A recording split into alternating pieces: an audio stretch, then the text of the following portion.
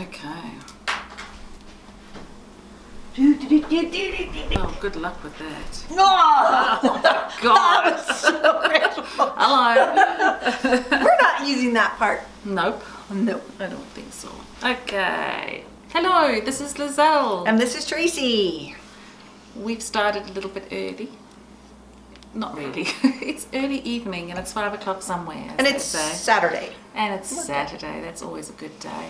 Yeah, we decided that we would make a video. We haven't been on since we were in Connecticut. That's right. Yeah, so we're back. We're back from New York and Connecticut and the East Coast, and it was beautiful, and we had a good time. Hey. Yeah, yeah. And I think there's some things that have come up because of our trip to New York and because of people that we meet all over the place, right? Yesterday we had lunch with a potential new client for me, and you know, bugger if she didn't sit there and describe her ex-husband to a T to being a narcissist. Yeah. It's amazing how prolific it is.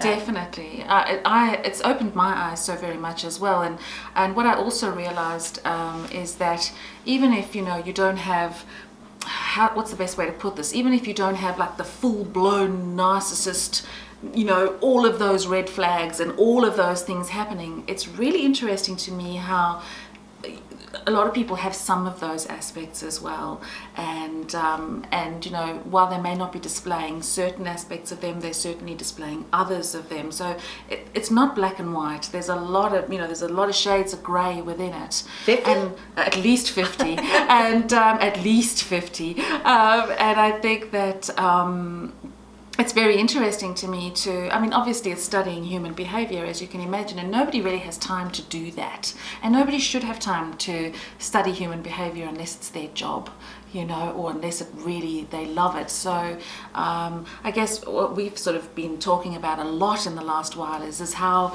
and this was a big thing the other night, is the vulnerabilities that we have that make us vulnerable to somebody with a narcissistic disorder, if you will, or to a predator, for want of a better word.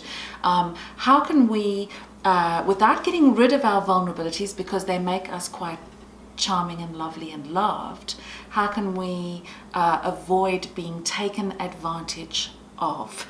And so, in discussing that, we've been thinking about ways that we can educate people as to first of all, identifying what their vulnerabilities are so that they know where they're at with it, and then acknowledging when they are being taken advantage of, and then what do they do after that, so there's much work to be done. There's so many pieces to this puzzle of why people are targets. Vulnerabilities is a great word because, and I'm about to make a video on that next, there's so many things that are good characteristics to have, and by no means would anyone think that this is going to make them a target. But if the predator, the narcissist, the sociopath are looking for someone with these traits, and that means you're caring, you're giving, you're forgiving, all of the things that they want to use you for as a supply.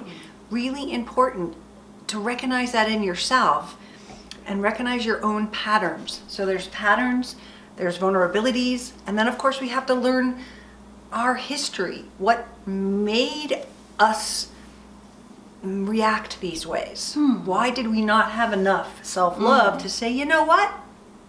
That is not acceptable. Yeah. And when you're making a declaration of something that is your boundary, how do you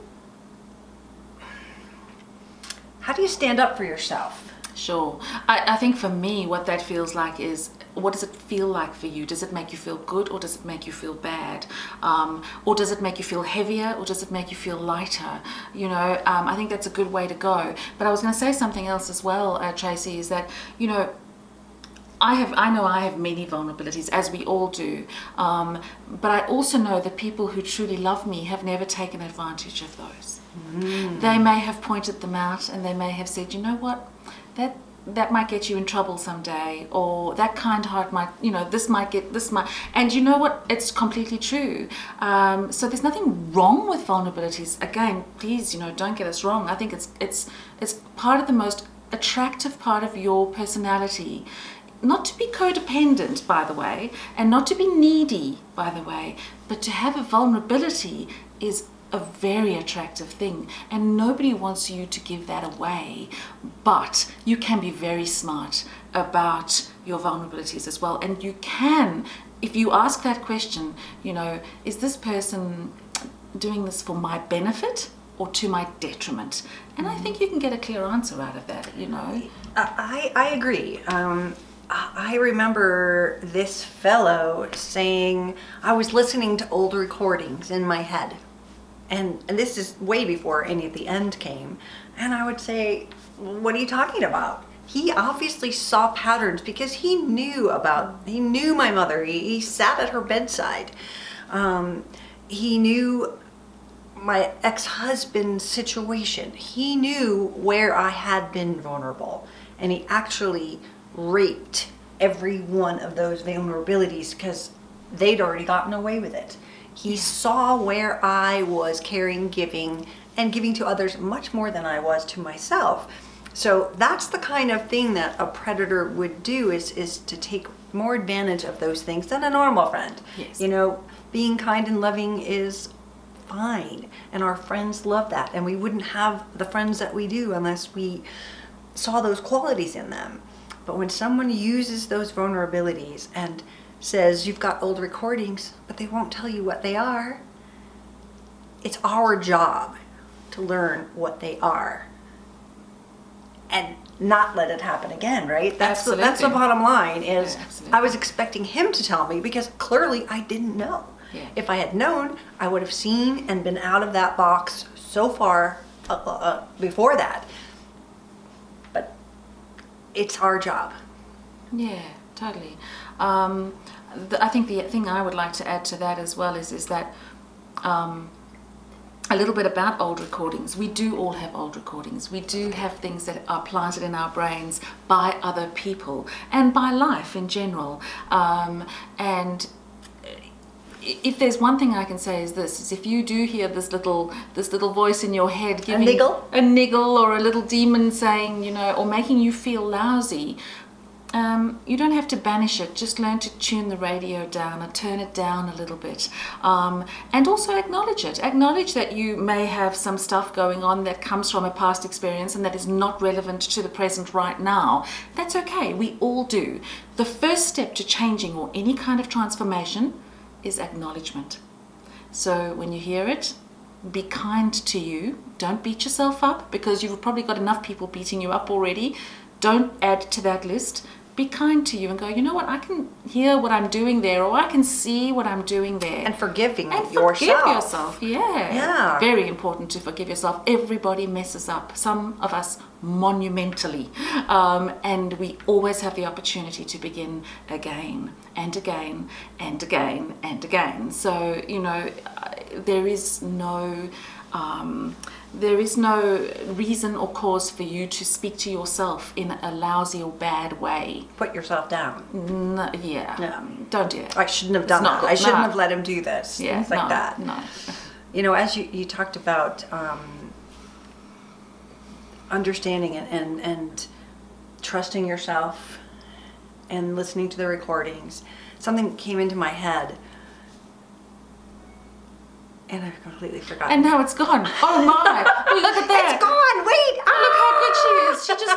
She just turned that right down, and she forgot all about it. Isn't she a blessed soul? No. Starting again. I've got it now. It's Alzheimer's. It's not Hawaiian. Okay. Starting again is something that we all fear. It's so much more comfortable to stay where we are, even if it's not right. Because we know it.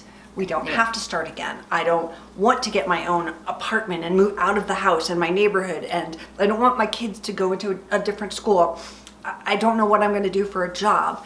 We all struggle with that fear. Yeah. How do we move on? And it freezes us into a bad situation so often. I mean, I talk to people every day that are victims of narcissist abuse, and we all share this fear. This fear is trapping us. It's locking us in a place that isn't good. If anyone is mean to you in any way, that is abuse. And you are only going to get more and more because they're testing you and seeing what you'll tolerate. So have the respect for yourself and know that beginning again is not the end of the world. I was so afraid. I wanted to kill myself when my husband asked for a divorce. I didn't know what I would do. I was so scared. And yet, here I am. And I have a lovely life. I have amazing friends. And I will go on. And it doesn't matter how old I am. I'm 55, 56 this week, well, last month, but I was so afraid. How do I start again? What am I going to do? But believe in yourself. You'll be fine. Yeah, you will be, and it's really a matter of, sometimes it's better the devil you know than the devil you don't know, but in the end it's not better. And you know what, 10 years down the line it'll be that much more difficult to make those changes. You'll be 10 years older and you'll be looking back and going, oh my goodness, I should have, or I could have. There is no time like the present. Seek to find ways to make your life better today. Right now. Yeah. Right now. Yeah. Right now. Right now. And then subscribe, because we rock. Yes, totes. All right. See ya. That's all we got. Thank you. Bye. 1, 2, 3, go. Oh, that was good. That was great.